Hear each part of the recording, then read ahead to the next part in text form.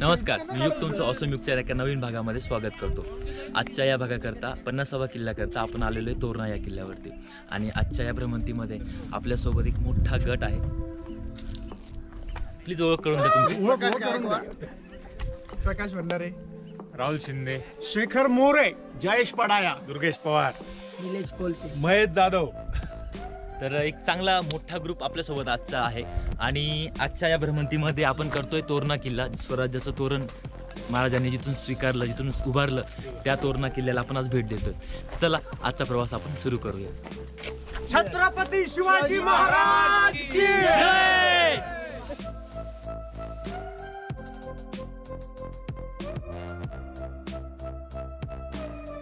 तर पुणे जिल्ह्यातील वेल्हा या तालुक्यामध्ये सह्याद्रीचे 2 डोंगर रांगा आहेत। त्यातला पहिला पदर जो आहे, पहिली रांग जी आहे, त्यामध्ये तोरणा आणि राजगड हे 2 किल्ले येतात। पुणे जिल्ह्यातल्या दुर्गकोटातील अतिदुर्गम आणि अतिविशाल म्हणून हा किल्ला प्रसिद्ध आहे। या किल्ल्याच्या दक्षिणेला वेळवंडी नदी असून उत्तरेला कानद नदीचे खोरे आहे। या गडाच्या पश्चिमेला कानद खिंड आणि पूर्वेला बामन व खरीव खिंडी आहेत। पुण्यापासून रस्त्याने साधारणतः 60 किलोमीटर अंतरावर तोरणा हा किल्ला आहे।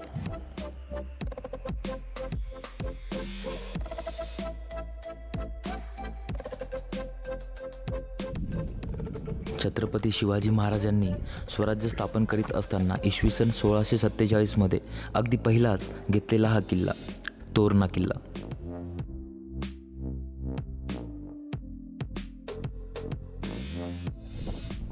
पायथ्यापासून ते किल्ल्याचा कातळकडा गाठेपर्यंतची वाट अगदी थकवणारी आहे। वेळोवेळी तुम्हाला विसावा घ्यावा लागेल। हे जागोजागी तुम्हाला लिंबू सरबत देखील उपलब्ध आहे। किल्ल्यावर जाणाऱ्या इतर वाटेंपेक्षा वेल्हे गावातून येणारी वाट ही तुलनेने सोपी आहे। अवघड ठिकाणी पुरातत्व खात्याने लोखंडी संरक्षक असे कथडे देखील बनवलेले आहेत।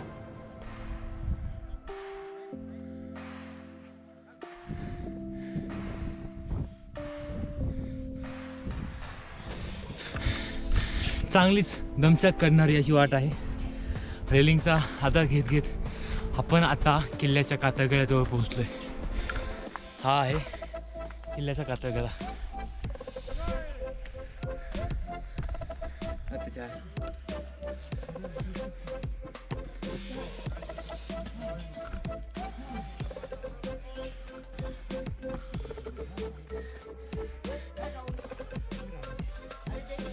तर आपण आता कातळात कोरलेल्या पायऱ्या चढत चढत पहिल्या दरवाजापर्यंत आलोय आणि या दरवाजाचं नाव आहे बिन्नी दरवाजा।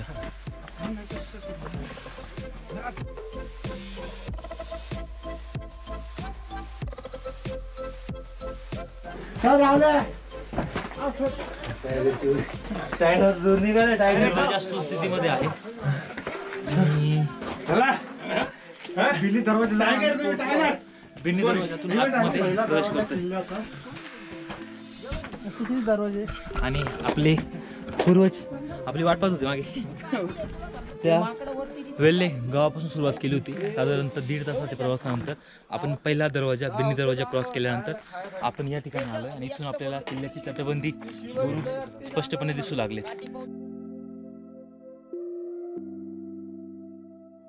आता आपण जातोय आतमधल्या दुसऱ्या दरवाजाकडे।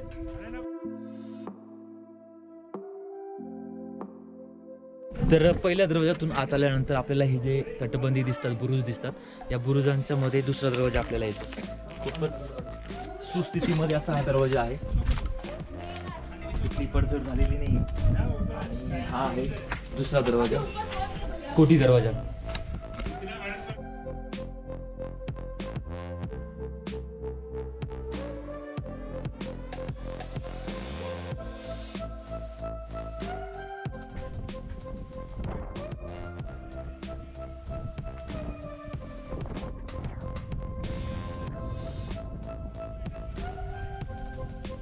कोटी दरवाजातून आत येताच आपला बालेकिल्ल्यावर प्रवेश होतो। बालेकिल्ला म्हणजे एक प्रशस्त असं पठार आहे। या ठिकाणी पायवाट ही दगडांनी सजवलेली दिसते। दुसऱ्या दरवाजातून आत आल्यानंतर टाकं सध्या स्थितीमध्ये बांधलेलं आहे, पण पाणी नाही आहे, पिण्यायोग्य नाही.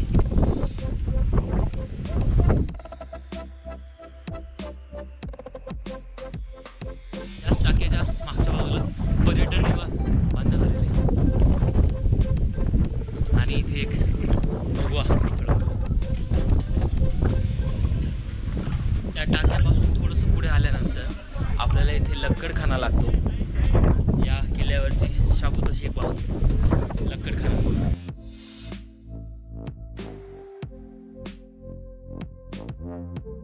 या लक्कडखान्याच्या आत राहत असलेल्या काकूंनी आमच्या दुपारच्या जेवणाची सोय केली. अस्सल मराठमोळं असं जेवण तुम्हाला अगदी माफक दरात येथे भेटेल. तर तोरणा किल्ल्यावर लक्कडघरामध्ये खूप छान असं पिठलं भाकर भेटतं. आम्ही आत्ता ऑर्डर केलेली आहे आणि आम्ही आत्ता या तटबंदीवरनं झुंजार माचीकडे चाललोय. तोपर्यंत आपलं न्याहारीचं काम होऊन जाईल. प्रवेशद्वाराच्या अगदी शेजारी असलेलं हे तोरणजाई देवीचं मंदिर. याच ठिकाणी खोदकाम करताना मावळ्यांना सोन्याच्या मोहरांनी भरलेले असे हांडे सापडले होते आणि त्यातूनच राजगड बांधण्यात आला असा दाखला इतिहासात आढळतो. या किल्ल्याला असलेली भरभक्कम अशी तटबंदी, काहीशी पूर्वीची आणि काहीशी नुकतीच जीर्णोद्धार झालेली अशी, ही तटबंदी नक्कीच अभ्यासाचा विषय ठरू शकते. इतकी भरभक्कम अशी तटबंदी मी यापूर्वी कोणत्याही किल्ल्यावर बघितलेली नव्हती. या तटबंदीवरून उत्तरेला दिसणारं कानद नदीचं खोरं इथल्या सौंदर्याला चार चांद लावतं असं म्हणणं काही वावगं ठरणार नाही.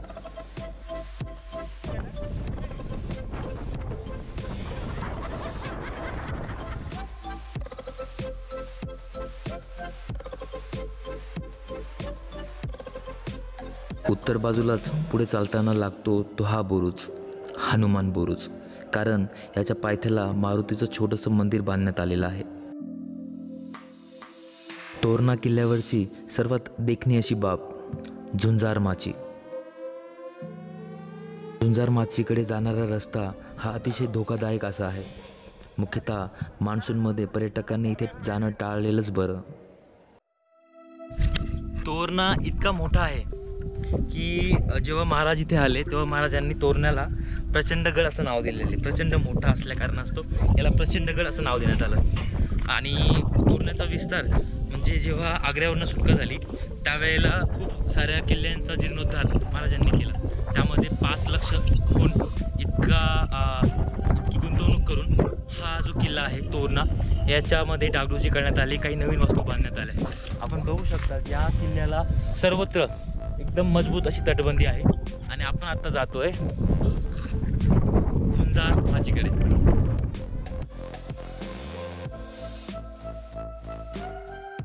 ही आहे झुंजार माची आणि आपण ज्याची वाट बघत होतो तो आहे राजगड. हनुमान बुरुजापासून खाली उतरत आणि दिंडी दरवाजाच्या आतील बाजूतून जात आपण झुंजार माचीकडे पोहोचतो.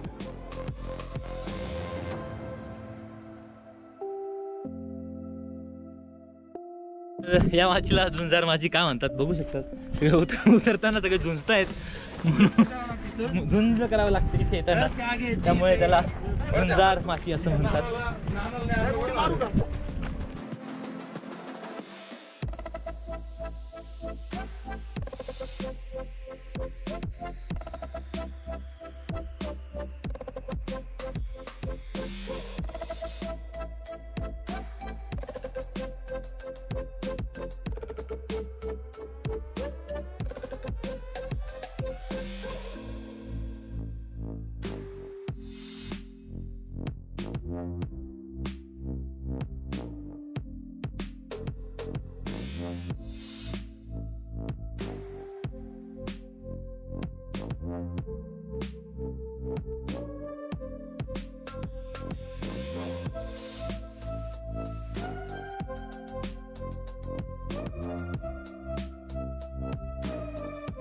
याच बुरुजाच्या खाली एक छोटा रस्ता आहे.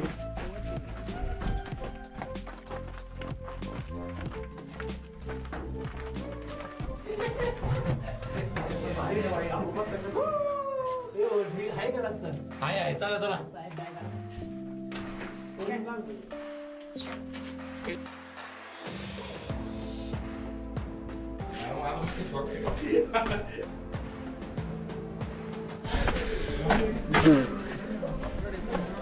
अप्रतिम. याच बाजूला पाण्याची टाक आहे. पाणी काही पिण्यासारखं नाही.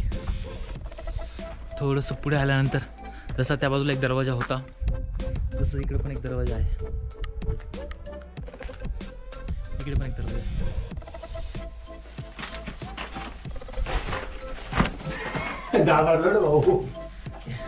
झुंजार माचीच्या उत्तरेला असणारे कित्येक दरवाजे आणि बुर्ज हे या माचीचं वैशिष्ट्य मानता येईल. त्यापैकी असलेला हा एक चोर दरवाजा. हे आहे दारू कोठार. मोडकळीस आले जीर्णोद्धार झालेला होता पण तरीपर्यंत आता परत त्याची अवस्था बिकट आहे. या किल्ल्यावर तोरण नावाचा जे प्रकार आहे, झाडाचा प्रकार आहे, हे जास्त आढळतं. तोरण या झाडाच्या प्रकारावरनं या किल्ल्याला तोरण नाव असं म्हणतात.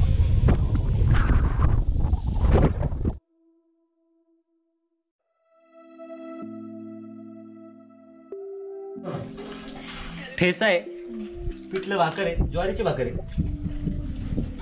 आणि हे काय? हो करतो गावरान चटणी. गावरान चटणी. मेनू खूप भारी भेटलाय. हो.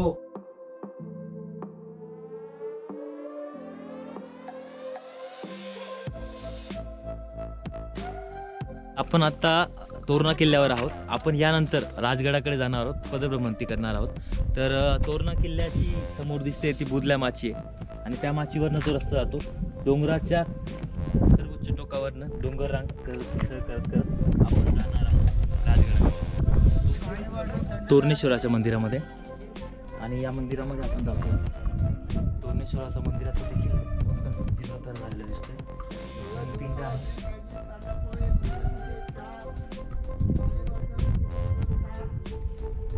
शिवलिंग आहे.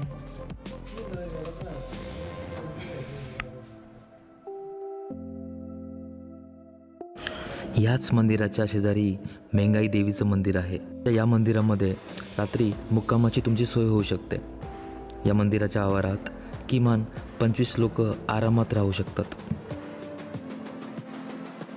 ते मेंगाई मातेचं मंदिर आहे आणि त्याच्याच मागच्या बाजूला सदर महाराजांची सदर त्याचे अवशेष आहेत.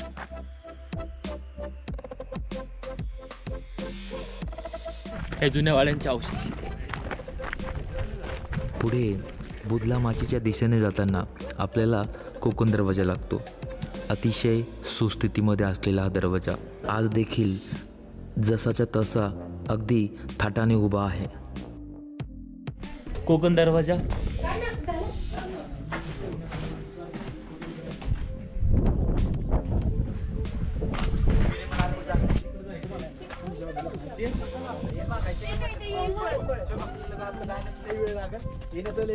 आपली गँग असेल किती पण नाही आपण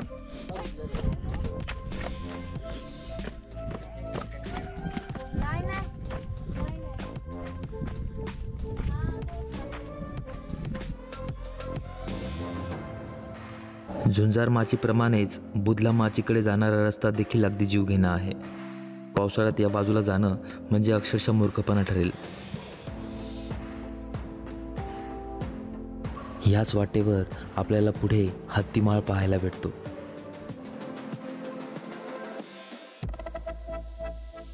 बुदला माचीच्या दिशेने चालताना आज देखील जुना पायऱ्यांचा मार्ग आपल्याला सुस्थितीमध्ये असलेला दिसतो. हा मार्ग सद्यस्थितीला बंद आहे.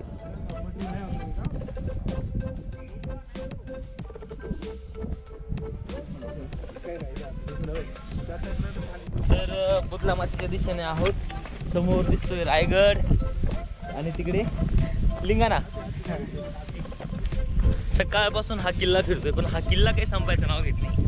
आपण आता आलोय बुदल्याच्या दिशेने आणि अजून सुद्धा आपल्याला काय काय दिसू शकते इथे, काय काय आपल्याला बघायला भेटेल सांगता येत नाही. एवढा मोठा गड, प्रचंड गड आणि महाराजांची पहिली फतेह तोरणा. सुरुवातच जेवढी दणकेबाज होती. या बाजूला देखील पाण्याचे टाके आहेत. एका रांगेमध्ये 1 2 3 4 आणि त्या साईडला बुरुज आहे, पुढे देखील बुरुज आहे आणि समोरचा बुधल्या डोंगर. पाण्याच्या टाक्या, पाणी पिण्यायोग्य नाहीये. या पाण्याच्या टाक्यांना अनुक्रमे शिवगंगा आणि पाताळगंगा असं नाव देण्यात आलेलं आहे. तर हा आहे वंकजाई दरवाजा. बुधला माचीच्या वाटेवर असलेला हा वंकजाई दरवाजा अति धोकादायक असल्या कारणास्तव सध्या स्थितीला बंद करण्यात आलेला आहे. परत काही ठिकाणी पाण्याचे टाके पिण्याजोगं नाही, पाणी आहे. वरती काहीतरी कपर बघितलं का तू? त्या साईडून आपण आता आहोत बुधला माचीवर. ही आहे बुधल्या माची. अवस्था त्या माचीसारखी चांगली नाही आहे, पण ठीक आहे. आणि या माचीच्या खालून जो रस्ता जातो तो सरळ रस्ता जातो राजगडाकडे.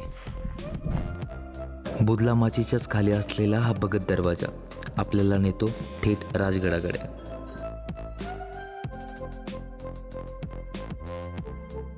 तर आपण आत्ता तोरणा उतरायला सुरुवात करतोय.